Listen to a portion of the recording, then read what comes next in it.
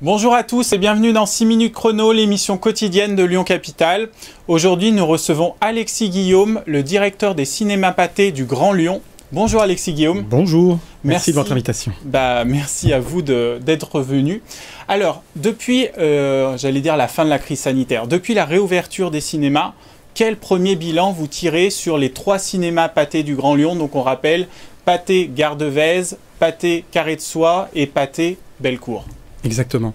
Depuis que nous avons rouvert le 19 mai dernier, on peut dire que la reprise s'est passée de plusieurs manières, mais enfin je suis plutôt content puisque nous sommes à moins 20% en gros pour les 3 cinémas, avec une différence quand même entre le cinéma de centre-ville comme le Pathé Bellecour qui est à moins 15 et un cinéma plutôt de périphérie sur Vaux-en-Velin, Carré de Soie, qui est à moins 30. Mais évidemment, cette réouverture a été échelonnée de plusieurs étapes durant ces 150 jours. Avec les jauges. Quand vous dites moins 15, moins 30%, c'est par rapport à 2019, il y a 2 ans, parce que l'année dernière, évidemment, c'était presque fermé tout le temps. Donc c'était une année à peu près record en 2019, c'est par rapport à ces chiffres-là? Oui, effectivement, vous avez tout à fait raison de le souligner. C'est par rapport à 2019, si je me place par rapport à 2020, mais là qui était vraiment une année très atypique, on est à plus 120%, plus 110%. Mais il nous manquait une grande partie de notre offre de films.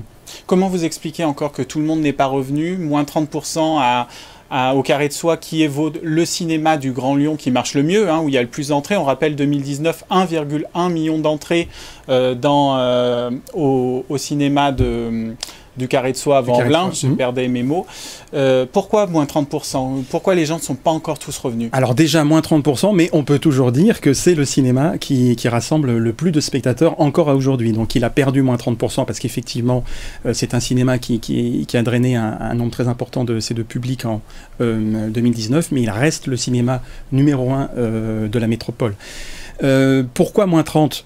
C'est surtout, je pense, lié à l'offre de films. Même si nous avons eu cette année, on a eu la chance d'avoir une offre de films complète, dont le cinéma américain, néanmoins, il nous a manqué quelques titres très porteurs quand même par rapport à l'année exceptionnelle et surtout à l'été exceptionnel 2019 que nous avons pu connaître avec des films comme Le Roi Lion, etc., qui ont été extrêmement porteurs pour notre activité. Il n'y a pas de réflexe Netflix? Je m'explique. Les gérants de salles de sport nous disent pendant le confinement, la population a appris à faire du sport autrement. Est-ce que les amateurs de cinéma, il n'y en a pas une partie qui se disent pendant un an, on a fait autrement, on a regardé des films différemment, et du coup, ils ne reviennent pas forcément tout de suite dans vos salles?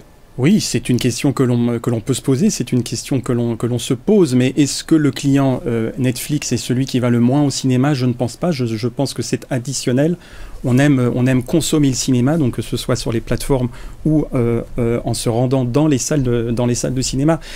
Après, il y a une étude assez récente qui est sortie il y a 15 jours qui montre que l'utilisation de la plateforme n'est pas la raison numéro 1 pour laquelle les personnes qui se sont pas s'est rendu à nouveau dans nos salles ou qui se sont moins rendus dans nos salles. La première, ces raisons, c'est qu'ils ont perdu l'habitude. Évidemment, 300 jours de fermeture, on perd l'habitude, il faut réamorcer ce muscle de sortir de chez soi, d'aller au cinéma, de s'intéresser au cinéma. Donc c'est à nous, justement, d'animer nos salles, c'est de proposer une offre très abondante pour que les personnes aient envie de revenir au cinéma. Et en deuxième raison, avant les plateformes, c'est le port du masque qui, je pense, rassure un certain nombre de notre public, mais je pense que d'autres personnes se sentent, c'est plus malaisant en fait porter pendant porter le 2 masque. heures de suite, porter le masque. Sans doute, oui.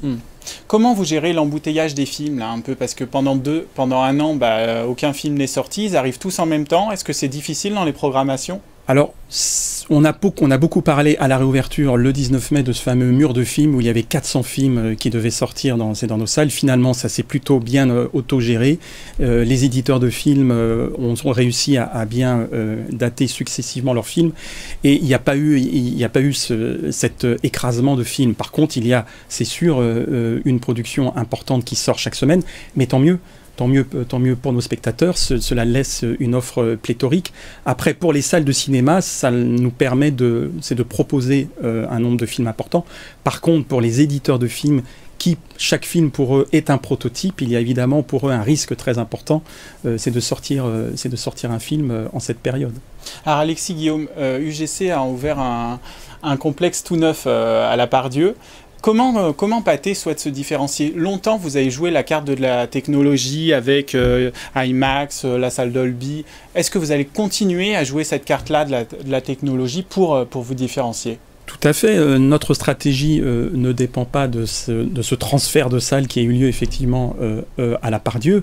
Notre stratégie, elle est claire depuis plusieurs années. Il y a à la fois une offre de films, c'est nous proposons toute la richesse du cinéma, c'est dans nos salles, qui est éditorialisée suivant le cinéma, suivant le Bellecour, Vèze ou bien sûr Carré de Soie. Et en même temps, il y a cette offre de films et une offre de salles où effectivement on s'appuie sur la technologie, parce que notre vision, c'est que pour que les gens sortent de chez eux et justement ne restent pas sur leur canapé devant Netflix, il faut aussi du cinéma événementiel qui nous vient souvent des États-Unis, c'est le cinéma hollywoodien que l'on connaît, et il est très bien mis en avant, grâce à nos salles techno, cela devient vraiment une expérience immersive, suivant les technologies, que ce soit c'est la KDX, l'IMAX ou la salle Dolby Cinéma de Vèze. On apporte vraiment un plus qu'on ne trouve pas à la maison, et ça c'est notre ADN, c'est l'ADN de l'innovation chez Pathé que notre concurrence ne propose pas. Très bien Alexis Guillaume, on vous remercie et nous on se retrouve très vite sur lyoncapital.fr.